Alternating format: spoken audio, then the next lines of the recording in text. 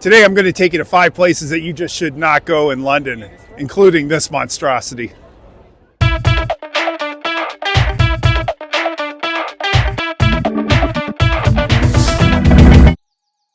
When you visit London, it's natural to use a site like TripAdvisor or a tour book to create your itinerary. Of course, there are some must-see attractions that I wouldn't think to turn you away from. But there are also some monumentally disappointing tourist traps that will leave you frustrated that you wasted valuable time and money on. In this video, I'll give you 5 places that you really should avoid, and stay to the end for a critical hint that every London visitor should know.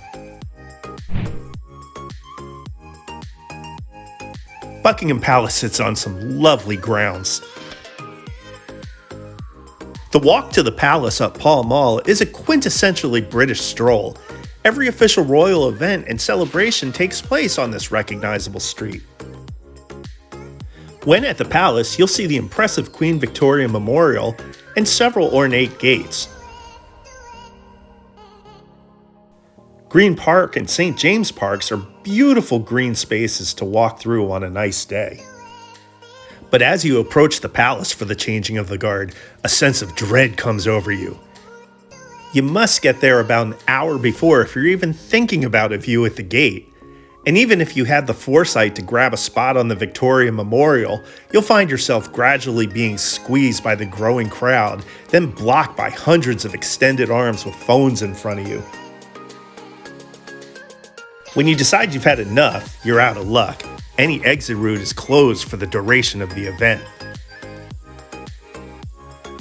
If you want to see a piece of royal pageantry with fewer crowds and a really nice view, check out the changing of the Royal Horse Guards on Whitehall.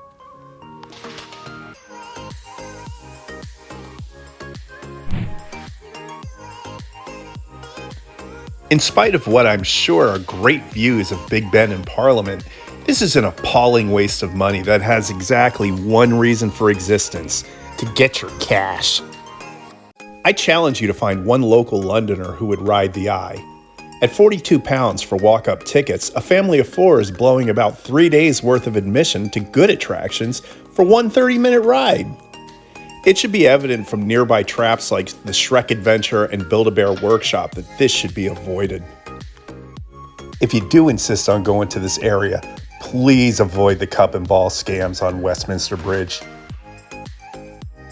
If it's a view you're looking for, have a drink at the top of the Shard, or you can book time at the Sky Garden. It's free and the views are spectacular. Or you could even go to Primrose Hill, another free place that has an unbelievable view.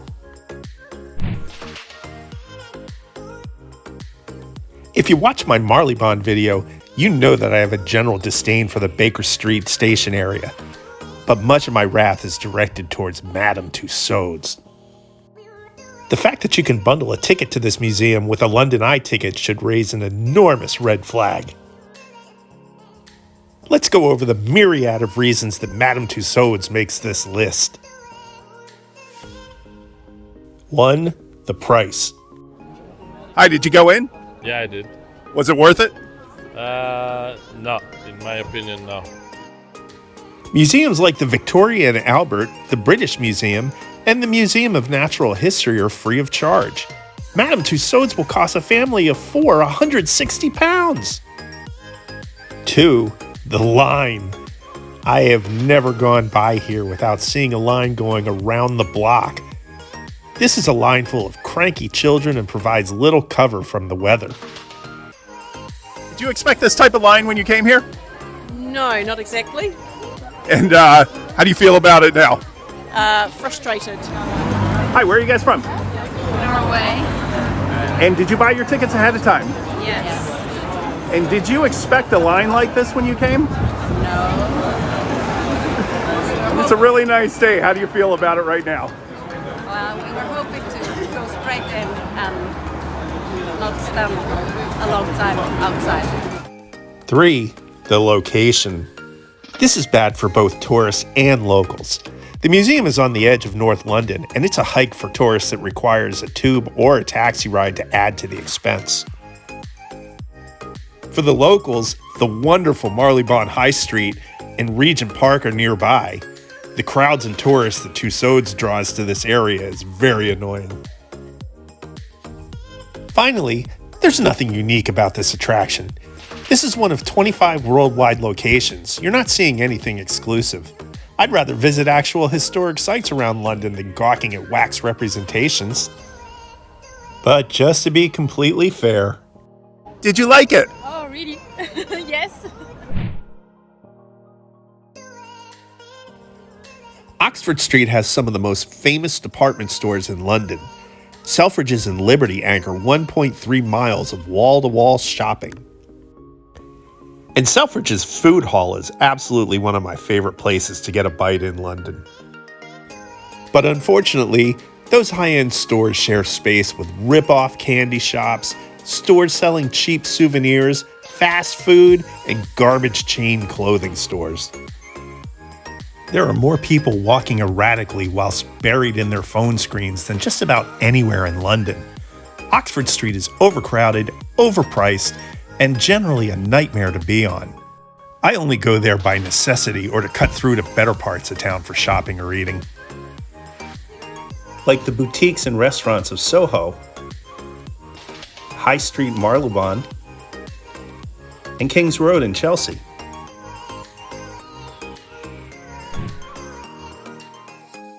London has a famous pub culture. Meeting for a pint is an institution for locals and tourists alike. London has hundreds of pubs with ambiance, history, and classic London food. But one thing to be wary of is corporate pubs that pass themselves off as authentic London pub experiences, like the infamous Wetherspoons. They can be found everywhere, especially in the tourist areas. There's absolutely no reason to go to a Wetherspoons when an authentic London pub experience is surely no more than a 2-minute walk in any direction. And now for my number one place you cannot come when you come to London. The undisputed king of London's places to avoid is Leicester Square. Ask any local Londoner. We hate this place. Leicester Square is overcrowded, it's loud, it's dirty, and it's full of pickpockets and scammers. So if you're enjoying the bells, put money in this box here. The businesses here are appalling. Expensive and mediocre chain restaurants, tacky souvenir stores, casinos, strip clubs. Leicester Square has it all. You'll even find America's worst pub chain, right next to England's worst pub chain. Because it's near the theater district, a lot of people come to Leicester Square to look for the discount tickets. But here's something you really need to know if you're going to do that. I'm here at the official London Theatre ticket booth to give you the best piece of advice I can give you if you do come to Leicester Square. There are ticket touts all over Leicester Square, and they try to make you believe you're getting a discount ticket. Well, I just talked to a couple that came out of a ticket tout, and they paid over £100 a piece for Miss Doubtfire tickets tonight.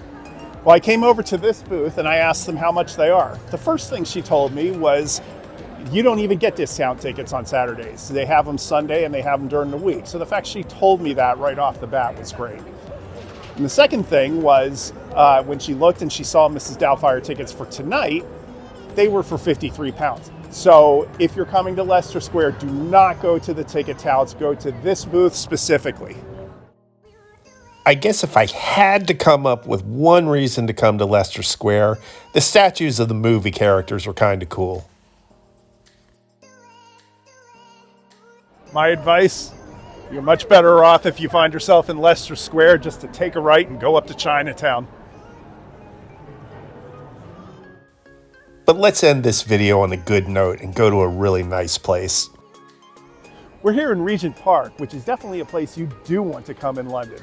I want to thank you for watching this and all the other videos. And if you got something out of it, please like, subscribe, share, and comment. It really turbocharges the algorithm, and I appreciate everything. Cheers.